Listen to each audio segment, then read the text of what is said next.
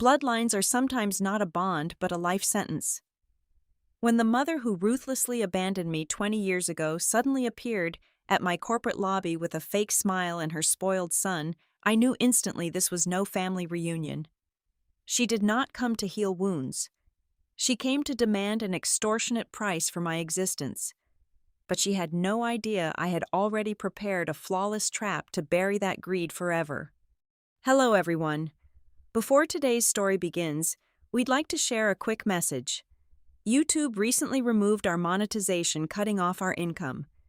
If you enjoy this story, we humbly ask for just $1 to help pay our staff so they can make a living and keep creating for you.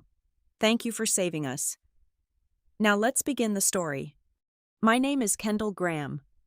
The towering glass atrium of Veritas Nexus Cargo in the city of Seattle usually offered me a profound sense of absolute control.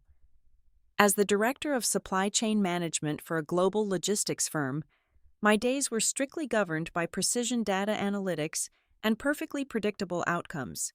The polished marble floors reflected the gray and overcast Seattle sky from outside, casting a cool and sterile light across the sprawling lobby. I stood near the main reception desk, finalizing a complex freight manifest on my tablet, when the head receptionist cleared her throat. She looked incredibly uncomfortable, her eyes darting nervously toward the plush leather lounge area. She leaned in close and murmured that family members had arrived to see me. Family. The word felt completely alien on my tongue. I had no family, not in any sense that truly mattered. I turned slowly, my heels clicking sharply against the cold stone floor, and my gaze locked onto two figures standing near the waiting chairs. It was Evelyn. This was the woman who had given birth to me, and then casually walked out of my life, packing a single suitcase and vanishing when I was exactly 12 years old. Standing right next to her was Preston, my half-brother, a young man whose entire posture reeked of unearned entitlement. Seeing the two of them here standing amidst the sleek and ruthless corporate efficiency of my domain was intensely jarring. Evelyn wore a coat that looked expensive, but slightly worn at the edges, her face plastered with a strained and artificial smile that completely failed to reach her cold eyes. Preston slouched heavily against a structural marble pillar, chewing gum with his mouth open, his eyes scanning the opulent lobby with blatant and greedy calculation. I walked over, stopping a precise distance away, ensuring I maintained a strict physical and emotional boundary. "Evelyn," I said, my voice completely flat and devoid of any warmth. "Kendall, darling, look at you," Evelyn began, her tone dripping with false sweetness. There was absolutely no hesitation in her voice, no apology for a deafening silence that had spanned over 2 decades, and certainly no inquiry about how I had survived or built my life. She simply took a step closer, lowering her voice conspiratorially. "I will get straight to the point. We are in a bit of a transition right now, and I heard you recently closed on that large commercial warehouse property out in the suburbs. We need it. I want you to transfer the ownership deed to us today." The sheer audacity of her demand hung in the air, heavy and profoundly absurd. She had not seen me in 20 long years, yet she felt perfectly comfortable demanding a piece of isolated real estate worth hundreds of thousands of dollars.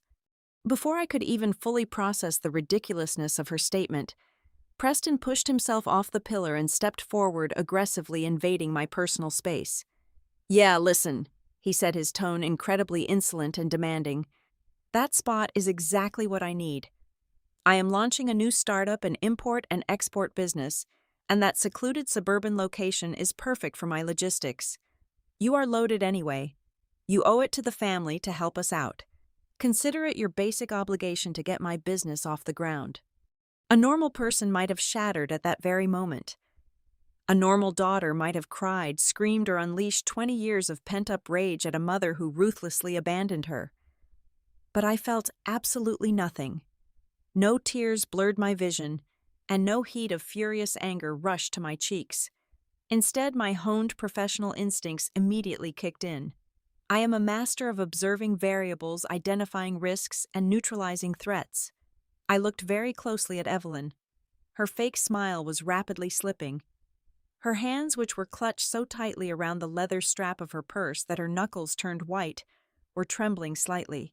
Her eyes kept darting nervously toward the main security doors and then back to me. She was sweating despite the frigid climate-controlled air of the corporate lobby. This was not just about a mother trying to enable her spoiled, useless son. There was a frantic, desperate energy radiating from her entire body. They did not just want a building to start a legitimate business. There was a much darker, far more dangerous motive lurking beneath this incredibly brazen, extortionate demand. They were running from something terrible, or planning to hide something illegal, and they desperately needed my secluded property to execute their plan. I held Evelyn's gaze until she physically flinched under my cold and calculating scrutiny. "No," I said simply. My voice was steady, exceptionally quiet, and absolutely final. "What do you mean, no?" Preston scoffed loudly, stepping even closer with his fists clenched. "You cannot just say no to your own mother." "I just did," I replied, my tone dropping to a dangerous whisper. "You have no business here. Leave this building right now before I have my security team escort you out by force." Without waiting for another word or giving them a single second to argue, I turned my back on them and walked purposefully toward the secure executive elevators. I could practically feel their stunned silence radiating behind me, their figures frozen in the middle of the lobby as their pathetic scheme hit an impenetrable brick wall. But as the heavy elevator doors slid shut, sealing me away from their toxic presence, my mind was already racing 10 steps ahead. If they knew about my recent highly confidential real estate acquisition, there was a critical leak in my perimeter. I needed to immediately return to my office audit, my personal financial records, trace all my data streams, and overhaul every single layer of my private security systems. The ghosts of the past had returned, bringing dark shadows with them, but I would completely destroy them before I let them consume my empire. The moment the heavy oak door of my executive office clicked shut, the sterile quiet of the room enveloped me. I walked straight to my desk, bypassing the panoramic view of the Seattle skyline. I did not sit down immediately. I needed to isolate the vulnerability. In global supply chain management, when a shipment goes missing or a route is compromised, you do not panic. You audit the nodes. You track the flow of information backward from the point of failure until you find the exact breach. My personal life was no different. I treated my privacy with the same ruthless efficiency as my corporate logistics. I booted up my encrypted terminal and began running a forensic trace on my recent financial footprints. My focus narrowed entirely onto the commercial warehouse property. It was a completely off-market acquisition finalized just 2 weeks ago through a maze of shell corporations and blind trusts specifically designed to shield my identity. Evelyn and her pathetic son lacked the intellect to uncover that paper trail on their own. Someone had handed them the map. I pulled up the transaction logs, cross-referencing every single individual who had access to the closing documents. The escrow agent, the legal team, the title inspectors. I ran their digital footprints through a background aggregation software I frequently used for corporate espionage defense. Within exactly 2 hours, the system flagged a massive discrepancy. The leak did not come from a sophisticated hack. It was born of simple petty greed. The real estate broker who handled the final physical inspection, a man I paid a premium commission of over $60,000 for his supposed discretion, had a lucrative side hustle. He was quietly selling high-net-worth client data on the dark web to data brokers and opportunistic bottom feeders. Evelyn, desperately searching for any wealthy relatives to bail her out, must have purchased a background dossier on me. The broker had sold my security for a few $100s. I made a mental note to utterly destroy his career by the end of the week, but right now I had bigger predators to hunt. Knowing how they found me was only the first step. I needed to know exactly what kind of fire they were running from. I picked up my secure line and dialed a number I kept strictly for corporate emergencies. I hired a private investigator, an independent operative who previously worked in federal intelligence. I authorized an immediate wire transfer of $25,000 as a retainer, demanding a complete, unfiltered background excavation on Evelyn and Preston. I wanted everything: bank records, court filings, associates, and physical surveillance. I gave him a strict deadline of 48 hours. The encrypted dossier arrived in my secure inbox late the next evening. I sat in the dim light of my office, a cup of black coffee cooling beside me, and opened the file. The truth was far uglier and infinitely more pathetic than I had anticipated. Evelyn had not built a happy new life after abandoning me. The documents painted a picture of absolute financial ruin. Her current husband had completely bankrupted their family estate exactly 3 years ago. Their home had been foreclosed on, their credit was entirely destroyed, and they were currently living in a cheap rental under a fake name, drowning in predatory loans. They were essentially destitute. But the real danger, the rotting core of this sudden family reunion, centered entirely around Preston. My half-brother was not a struggling entrepreneur looking for a startup location. The investigator had pulled sealed police reports and intercepted communications that revealed Preston was deeply embedded in a violent underground smuggling syndicate operating out of the Pacific Northwest. He was acting as a mid-level runner for illicit cargo, moving stolen electronics and untraceable merchandise, and he was incredibly bad at it. According to the intel, Preston had recently lost a massive shipment.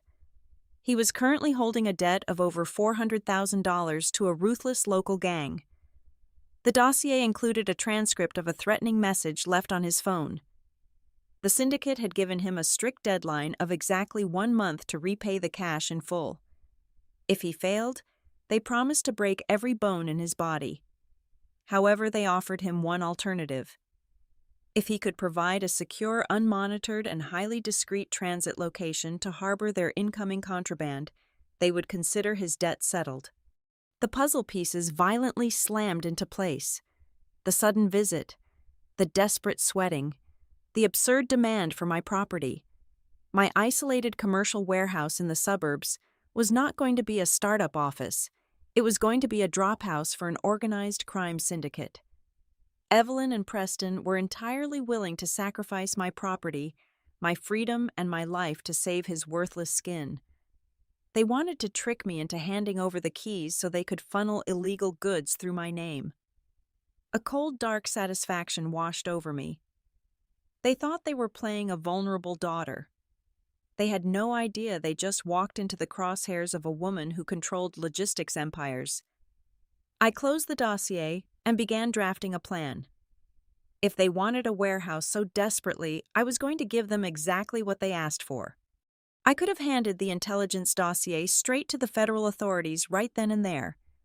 A single anonymous phone call to the Organized Crime Bureau would have swiftly ended Preston's pathetic criminal career and sent Evelyn scrambling right back into the suffocating gutters of poverty. But handing them over to the police immediately was far too clean. It was entirely too easy. They had the absolute audacity to walk into my sanctuary and view me as vulnerable prey. I needed them to understand exactly who the apex predator was in this dynamic. Instead of alerting the authorities, I initiated a far more dangerous game. I picked up my phone and dialed the prepaid burner number Evelyn had left with my head receptionist. It rang exactly 3 times before she answered, her breath hitching slightly in clear anticipation over the line.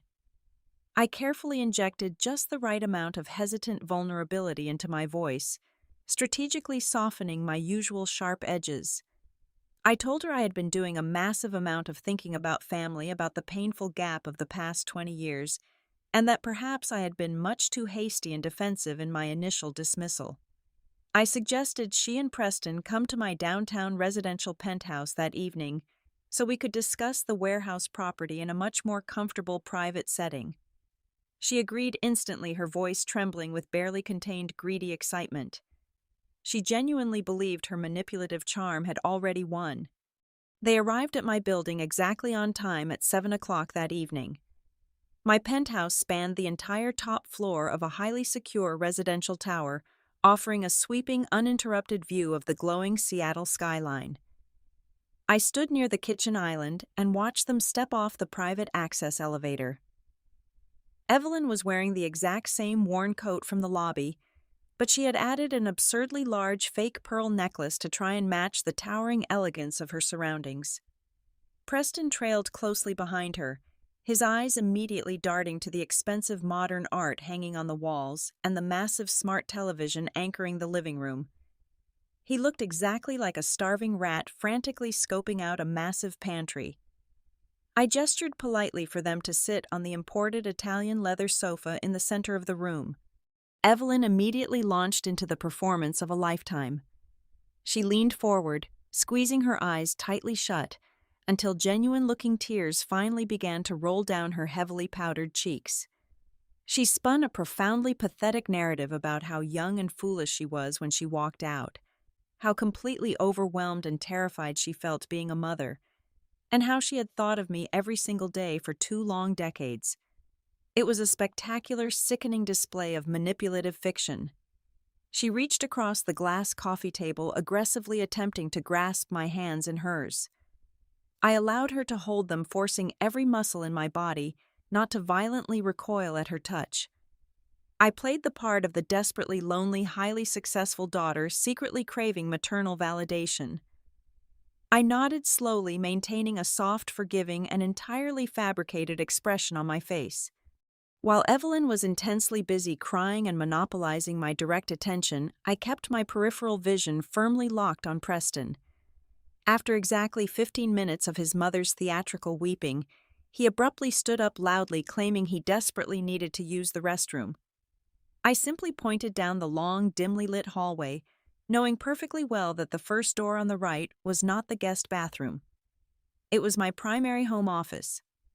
As soon as he disappeared down the hall, I maintained my unbroken eye contact with Evelyn, continuously uttering soft, comforting phrases, while my analytical mind tracked his exact physical movements. What Preston did not know was that my entire apartment was a meticulously designed digital fortress. The office door was intentionally left slightly ajar. Inside, my primary workstation monitor was glowing brightly in the dark room. However, it was not running my actual operating system. I had booted up a highly sophisticated honeypot environment, a decoy desktop specifically engineered by corporate security to look exactly like my private network. Right in the dead center of the screen, conveniently left open and completely unguarded, was a master folder boldly labeled Warehouse Logistics and Security Protocols. Directly above the desk, concealed perfectly within the casing of the smoke detector, a high-definition wide-angle hidden camera was actively recording his every single move in crystal-clear resolution. From a discrete application running on my smartwatch, I watched the live video feed. Preston slipped quietly into the room, his eyes wide with frantic, animalistic urgency.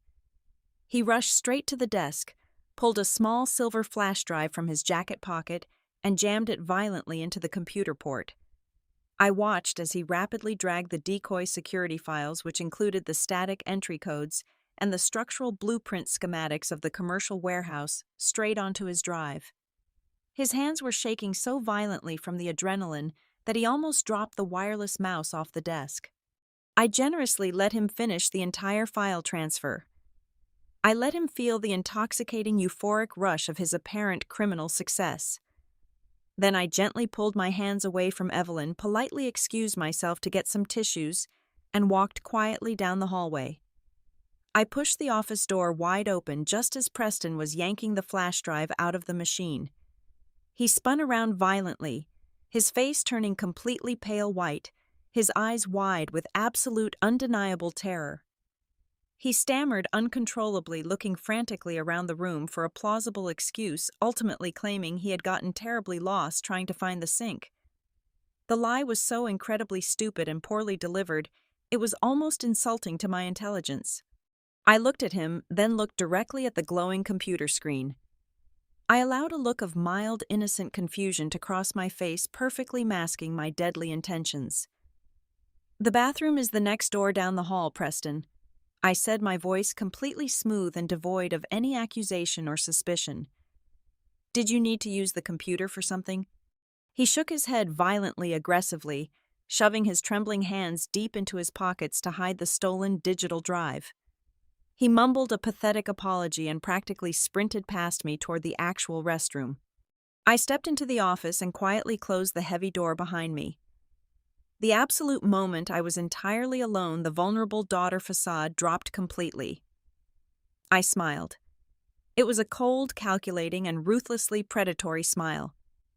I quickly accessed the hidden administrator terminal and instantly secured the video footage of his blatant corporate espionage and physical trespassing. I verified that the honeypot tracking software had successfully latched onto the specific hardware serial number of his flash drive. Every single digital footprint he had just made was now permanently locked away in my heavily encrypted offshore cloud servers. They honestly believed they had completely outsmarted me. Evelyn firmly thought she had successfully manipulated my fragile emotions, and Preston genuinely thought he had effortlessly stolen the keys to his criminal salvation. They were completely and utterly oblivious to the terrifying fact that they had just tightened the executioner's noose around their own necks.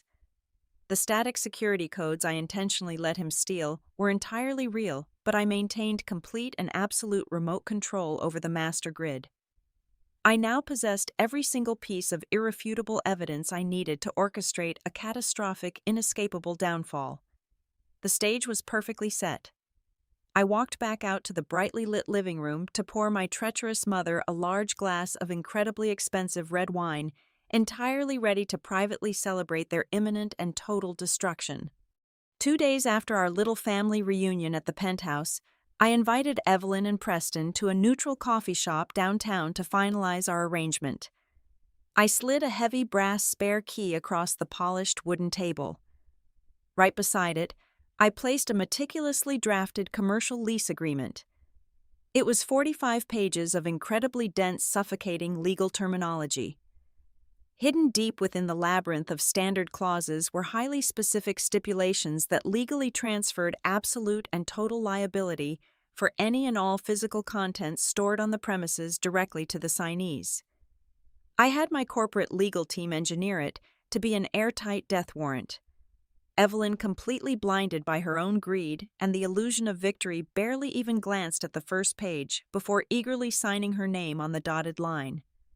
Preston snatched the brass key off the table with a sickeningly triumphant smirk, practically vibrating with the desperate need to call his underworld handlers. They thought they had legally secured a multi-million-dollar staging ground for practically nothing. Exactly 72 hours later, a thick, suffocating marine layer of fog rolled off the Puget Sound, swallowing the Seattle suburbs in a dense, blinding gray shroud. It was the perfect weather for ghosts and criminals. At exactly 2 o'clock in the morning, the perimeter alarms on my secure server silently triggered. I was sitting in the pitch black of my penthouse office, surrounded by the cold blue glow of 6 high-definition monitors. My home command center was operating at maximum capacity. I bypassed the standard security software they thought they had stolen and accessed the hidden secondary grid I had installed specifically for this occasion. The screens flickered to life, feeding me real-time military-grade infrared video from the warehouse. I watched the glowing heat signatures of 3 large, unmarked cargo trucks rumble through the heavy steel gates. Preston had successfully bypassed the outer perimeter, using the stolen codes, completely unaware that his entry had simultaneously activated a highly classified recording protocol. Through the volumetric weight sensors installed beneath the concrete floor of the loading dock, I watched the numbers spike rapidly. 5,000 pounds. 10,000 pounds. The syndicate was not just moving a few stolen televisions. They were unloading massive heavy crates of highly illicit contraband, utilizing my facility as their primary distribution hub. I watched Preston through the high-definition cameras, frantically pacing around the loading bay, gesturing wildly to the hardened criminals who were completely ignoring him. He looked like a terrified child playing a very dangerous game of dress-up. As the men continued to violently shove the heavy crates into the designated storage sectors, I smoothly dragged the compiled digital dossier from my encrypted hard drive onto an outbound secure server. This file contained absolutely everything. It held the high-definition video of Preston stealing the security data from my penthouse, the comprehensive background checks exposing his gang affiliations, The exact GPS coordinates of the current unloading operation and the live unblinking video feed of the syndicate currently occupying the building. I routed the massive data packet through 7 different international proxy servers to ensure absolute anonymity. With a single decisive click of my mouse, I transmitted the entire package directly to the top priority emergency inbox of the Federal Anti-Smuggling Task Force. The digital trap was set. The authorities were now fully aware of a massive active smuggling operation happening right this very second. Just as the loading dock doors began to close on my monitor, my personal cell phone vibrated violently against the glass surface of my desk. The caller identification displayed Evelyn's burner number. I picked it up, pressing the receiver to my ear without saying a single word. "Kendall," Evelyn purred. The fake, sickly sweet maternal warmth was completely gone, replaced by a venomous, arrogant sneer that chilled the air. "I hope I did not wake you. Preston just let me know that his new business associates have successfully moved into the property. They are a very rough crowd, darling. Very unforgiving people." She paused, letting the heavy, unspoken threat hang in the silence. When I did not immediately respond, she pressed her attack fully, believing she held all the power. "It would be a terrible shame if these dangerous men found out who the actual legal owner of the building was. If I were you, I would expedite the complete transfer of the property deed into my name by tomorrow morning. It is the only way to guarantee your personal safety. You would not want any violent misunderstandings to reach your beautiful corporate office, would you?" She was openly blackmailing me.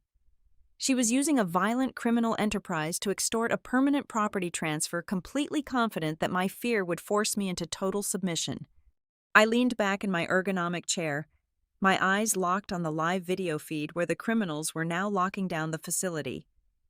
A slow, chilling smile spread across my face. "I appreciate your concern for my safety, Evelyn," I replied. My voice was perfectly calm, smooth as glass, and entirely devoid of the terror she so desperately wanted to hear. "But I assure you my property is exactly where it needs to be, and very soon you and Preston will be exactly where you belong." "What is that supposed to mean?" She snapped, her voice suddenly spiking with a sharp edge of sudden paranoid hesitation. "Have a wonderful night, Mother," I whispered softly. I ended the call and placed the phone face down on the desk. I looked up at the digital clock glowing red in the corner of the room. 2 hours and 45 minutes. I calmly poured myself a glass of cold water, sat back in the glowing darkness, and began to silently count down the minutes until the absolute wrath of the federal government descended upon the warehouse, ready to watch my masterpiece of destruction finally unfold. I had not stayed in my penthouse to watch the final act on a computer monitor. Some victories demand to be witnessed in person. I drove my car through the blinding fog, parking on the top level of a concrete parking structure that completely overlooked my industrial property. The thick marine layer clung to the streetlights, casting an eerie, diffused glow over the desolate suburban landscape. Inside the massive facility, under the harsh glare of the industrial halogen lights, Preston and his terrifying new associates were prying open the wooden crates. They were inspecting millions of dollars worth of stolen electronics and highly illicit narcotics. They were completely relaxed, entirely convinced they had found the perfect, untraceable sanctuary. It was exactly 3 o'clock in the morning when I decided they had enjoyed my hospitality long enough. From the encrypted tablet resting on my steering wheel, I accessed the master override for the facility's heavy infrastructure. I bypassed the decoy system they thought they controlled and initiated the total lockdown protocol. Inside the building, the deafening security alarms suddenly shrieked to life, echoing violently off the thick concrete walls. Before any of the hardened criminals could even reach for their weapons, the massive reinforced steel roller doors violently slammed shut. The heavy magnetic deadbolts engaged simultaneously with a series of echoing clangs, instantly transforming the sprawling logistics hub into an impenetrable steel vault. They were completely sealed inside. Less than 45 seconds later, the quiet suburban night was violently ripped apart. The shrill, piercing wail of police sirens shattered the heavy silence. Through the thick fog, a massive wave of flashing red and blue lights surged toward the facility. 3 police helicopters suddenly appeared overhead, their massive searchlights cutting through the thick fog like brilliant white blades completely illuminating the industrial compound. Dozens of heavily armored federal SWAT vehicles, blacked-out tactical trucks, and local police cruisers swarmed the perimeter. They jumped the curbs, smashing through the outer chain-link gates, and completely blockaded every single loading dock and emergency exit. Heavily armed tactical officers poured out of the vehicles, their assault rifles raised screaming orders through megaphones that demanded immediate and total surrender.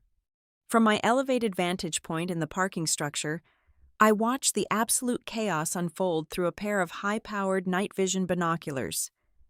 Inside the glowing green lenses, I saw the gang members reacting with seasoned, violent desperation. But they were trapped. My focus, however, was entirely on Preston. The sheer, unadulterated panic radiating from his body was almost artistic. He was running frantically in tight circles like a cornered rodent. I watched him desperately try to scramble up a vertical steel support beam, frantically attempting to reach the rooftop access hatch. His hands continuously slipped on the cold metal. He fell backward onto the hard concrete, crawling backward until his back hit a solid wall. He was absolutely paralyzed by terror, realizing there was no hidden tunnel, no secret exit, and absolutely no chance of survival. While the tactical teams prepared to breach the main bay doors with heavy explosives, my attention shifted to the illuminated window of a 24-hour diner situated exactly 1 block away at the main intersection. Evelyn was sitting in a booth right next to the glass. She had a cup of coffee in her hands, no doubt eagerly waiting for Preston to call her and confirm that the transaction was complete, so she could collect her extortion money. She looked incredibly smug, practically glowing with the arrogant satisfaction of a woman who believed she had brilliantly outsmarted her wealthy estranged daughter. Her arrogant fantasy shattered in an instant. 3 unmarked police sedans screeched to a halt, right in front of the diner, their tires smoking against the damp asphalt. 6 plainclothes detectives burst through the glass doors of the restaurant. I could not hear the initial exchange from my distance, but the visual was perfectly clear. They did not gently ask her to step outside. 2 detectives aggressively grabbed her by the arms, yanking her roughly out of the vinyl booth. They slammed her against the nearest table, forcefully pulling her wrists behind her back and clamped heavy steel handcuffs onto her wrists. She was being arrested for felony extortion, conspiracy to distribute illicit goods, and masterminding massive property fraud. I lowered my binoculars, stepped out of my car, and walked slowly down the stairwell of the parking garage, crossing the wet street toward the diner. The tactical teams had just blown the doors off the warehouse, the concussive boom echoing for miles. But I did not care about the raid anymore. I walked directly into the blinding glare of the police floodlights just as the detectives were aggressively frog-marching Evelyn out of the diner doors. She was struggling wildly against the officers, screaming hysterically into the night. "Get your filthy hands off me! I am a victim. You have the completely wrong person. I demand to speak to a lawyer right now."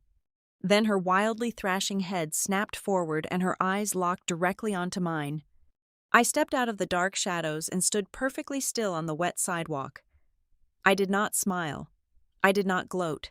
I simply looked at her with the cold, absolute detachment of an executioner watching a condemned prisoner, the color completely drained from Evelyn's face. Her jaw went slack, and the frantic screaming died immediately in her throat. In that exact fraction of a second, her heavily powdered face contorted into a mask of pure, undeniable horror. The devastating realization crashed over her like a physical blow.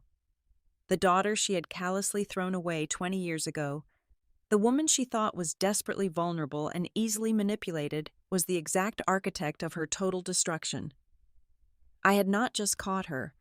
I had meticulously orchestrated every single step of her journey into a federal prison cell. Suddenly, the violent sounds of the warehouse raid spilled out into the street. The SWAT officers were dragging the gang members out of the shattered loading bay, forcing them onto their knees on the wet asphalt. The hardened criminals were battered and bleeding, but their fury was entirely directed at one person: 2 officers were practically carrying Preston out of the building. He was sobbing uncontrollably, his legs entirely giving out beneath him. The leader of the smuggling syndicate, a massive man with blood pouring down his face violently, fought against the officers holding him down. He locked his furious, murderous gaze onto Preston and unleashed a torrent of horrific, guttural screams. "You are a dead man, Preston," the gang leader roared, his voice tearing through the foggy night. "I will tear your throat out the second we hit the block. Do you hear me? You are a dead man. There is nowhere you can hide from us." Preston heard every single word. He collapsed completely into the arms of the arresting officers, weeping in pure paralyzing agony. He knew the absolute truth. The federal prison sentence for smuggling was only the beginning of his nightmare. He was marked for a brutal, inescapable execution, completely condemned to spend the rest of his extremely short life looking over his shoulder in absolute terror. The trap I had built for them had snapped shut, perfectly shattering their greedy, toxic lives into millions of unfixable pieces. 3 days after the violent raid, I sat in the austere, aggressively illuminated visitor room of the Federal Detention Center. The thick, reinforced glass permanently separated the free world from the caged one. A heavy steel door clanked open loudly on the opposite side, and a uniformed guard escorted Evelyn into the small, cramped booth. The arrogant, condescending woman from my corporate lobby was completely gone. In her place was a broken, trembling shell of a person drowning in an oversized orange prison jumpsuit. Her hair was a tangled, unwashed mess, and her eyes were severely bloodshot from days of continuous, desperate weeping. She picked up the heavy black telephone receiver on her side of the glass. I calmly picked up mine. Before I could even say a single word, she launched into a frantic, hysterical tirade. "Kendall, you have to stop this right now," she shrieked, her voice cracking painfully through the cheap speaker. "You have to tell the federal agents it was all a terrible misunderstanding. Tell them you gave us explicit permission to use the building. I am your mother. You cannot leave me in this horrible place. I am so terribly sorry for everything I did in the past. I am sorry I left you alone. Just please, I am begging you, drop the criminal charges. I will do absolutely anything." I did not interrupt her. I sat perfectly still and let her completely exhaust her lungs. When she finally stopped gasping heavily for air and pressing her tear-stained face against the thick security glass, I calmly reached into my tailored designer briefcase. I pulled out a single perfectly crisp piece of paper. It was the final page of the commercial lease agreement she had so eagerly signed at the downtown coffee shop. I pressed the document flat against the glass pane, making sure the bold, heavy ink of her own signature was directly at her eye level. "I cannot drop any charges against you, Evelyn," I said, my voice completely steady and entirely devoid of any human sympathy. "You enthusiastically signed a legally binding federal document explicitly stating that you and Preston assumed absolute and total liability for any physical contents brought onto the premises. You did not just walk blindly into my trap. Your own bottomless, insatiable greed forced you to dig your own grave." Her tired eyes darted frantically across the dense legal text, finally comprehending the monumental, irreversible magnitude of her foolishness. She began to sob again, a pitiful, hollow, and agonizing sound.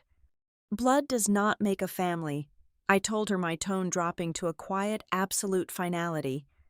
"Blood is just biology. You honestly thought our shared genetics gave you the inherent right to exploit me, to utterly ruin my life so you could save your pathetic son.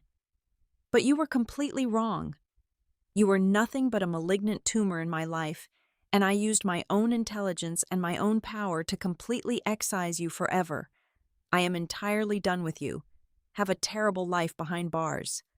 I placed the receiver back on the cradle, abruptly cutting off her agonizing wails, and walked straight out of the prison facility without ever looking back.